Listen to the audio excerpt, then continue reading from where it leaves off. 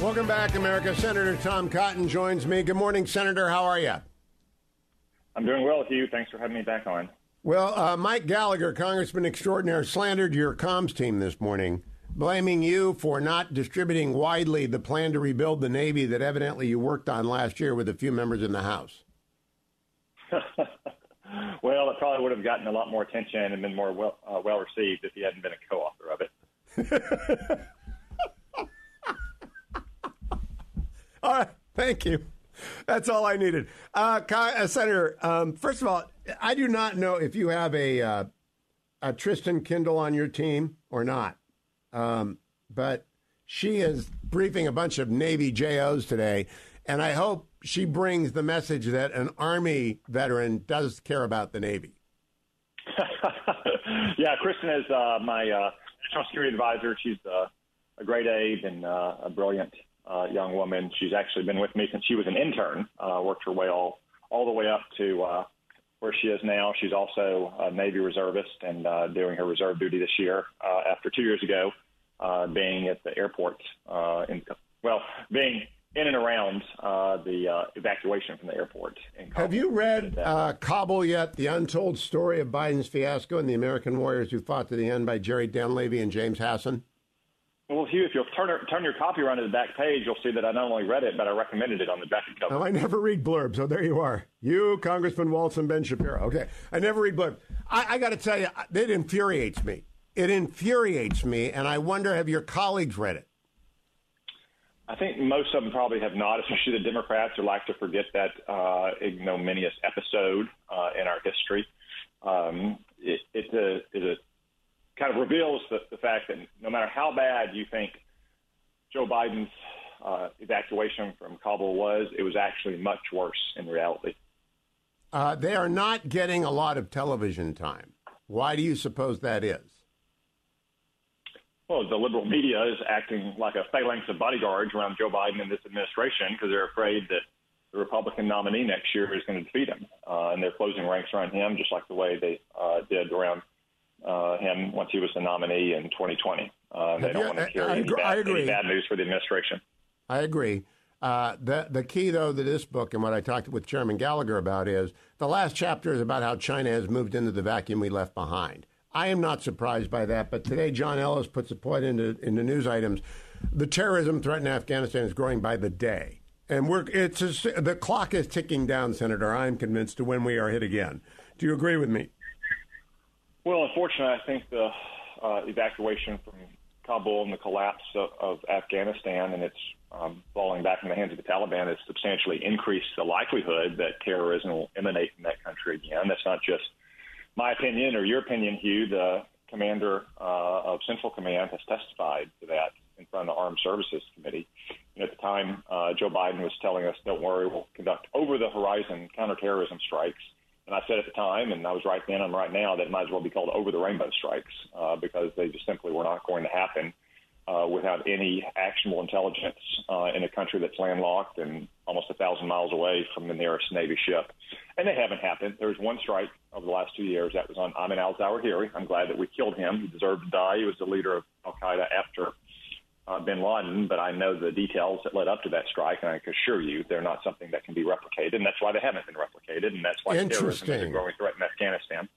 Because that is it. That's our over-the-rainbow capacity, was to take out Zawahiri, who was old and dying anyway. Senator, let me ask you about what I asked Chairman Gallagher and what I talked to Brett Baer about. Everybody and their brother gives Brett Baer the questions they think he ought to ask, and he nods and goes along. I don't do that. But if you were on the set tomorrow with Brett and Martha, what would you ask the 8 candidates who will be there if you had the opportunity to pose a question to them? Hugh, I would focus on the most fundamental responsibility of the president, which is to keep the country safe as commander-in-chief, and the president we elect in November of 2024 will be president until at least January of 2029, which means he's going to be president for the 4 years in which China is most likely to go for the jugular in Taiwan.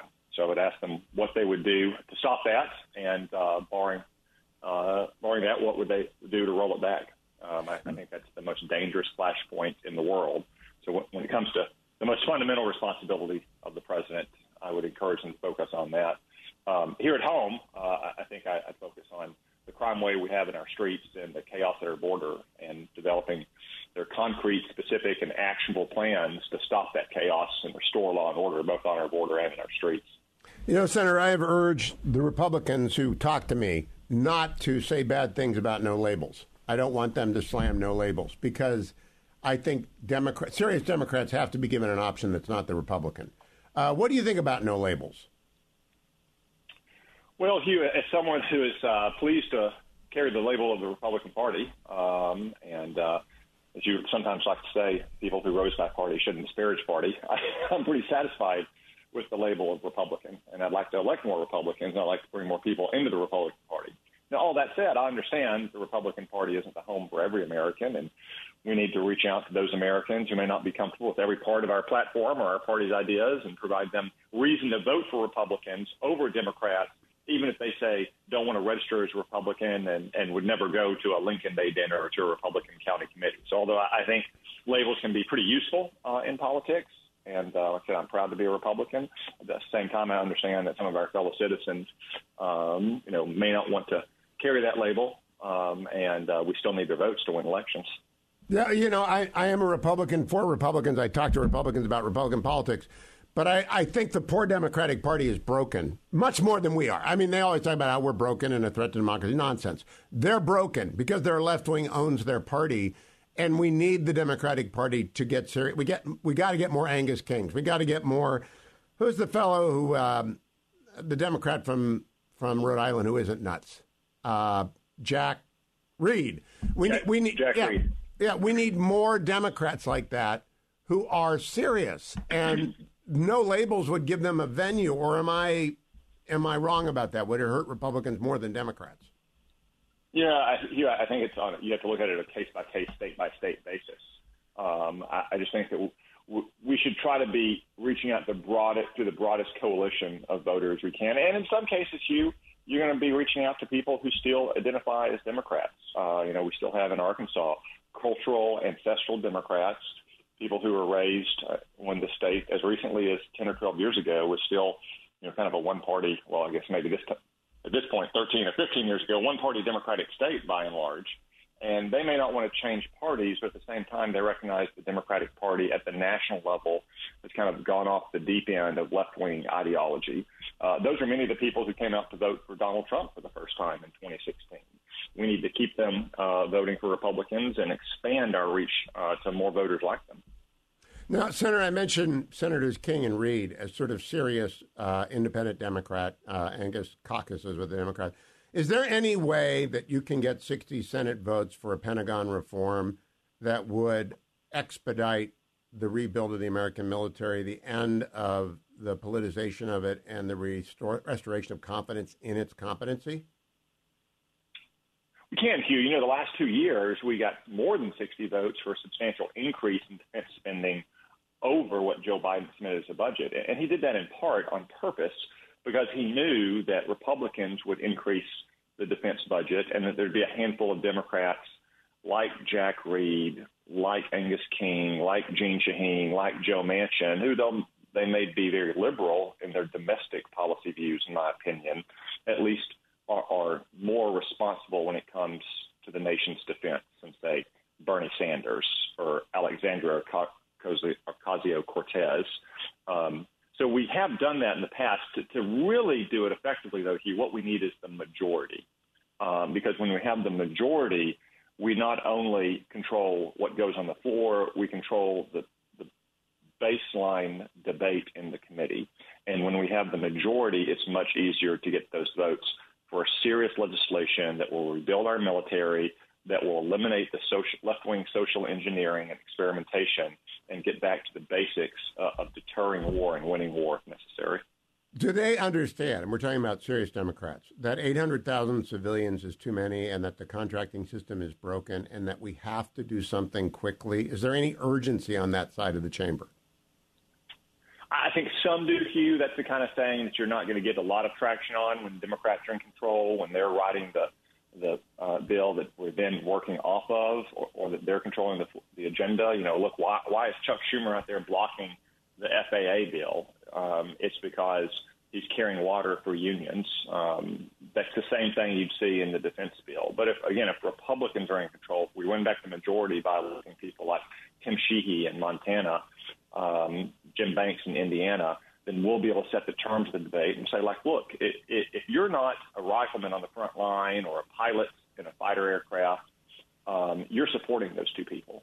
And the further you are away from those two people, the harder it is to justify what you do in the Pentagon. A lot of important jobs there, both uniform and civilian. But if you're not doing one of those two jobs, you need to justify what you are doing in terms of what they're doing.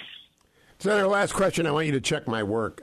David Weiss, the U.S. Attorney from Delaware, handling the Hunter Biden prosecution, now special counsel. Judge Norika, the district court judge that rejected the plea agreement. They are routinely described as Trump appointees. And I'm just railing about this because you do not get anyone appointed to the district court in a state or anyone appointed as a U.S. attorney in a state unless you have the Democrats on board. Am I right about that? Yeah, absolutely, Hugh. It's a longstanding custom in the Senate that no U.S. attorney and no district judge, no trial court judge, will move to a vote in the Senate unless you have the support of both senators from the home state. So although Donald Trump nominally submitted Mr. Weiss's name and Judge Norika's name to the Senate to be nominated, it couldn't have gone. Neither one of those could have gone forward without the support of Chris Coons and Tom Carper, long time, decades long, personal friends and political allies of Joe Biden.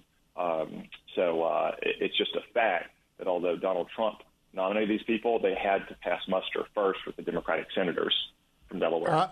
Senator Cotton, thank you. I hope somebody in the media notices that, because when you see Trump appointed, that's an attempt to suggest that they're somehow biased against Hunter Biden and for Donald Trump. They're not. They're not. They're professional. I get that. But I'm tired of that coverage. Senator Cotton, thank you.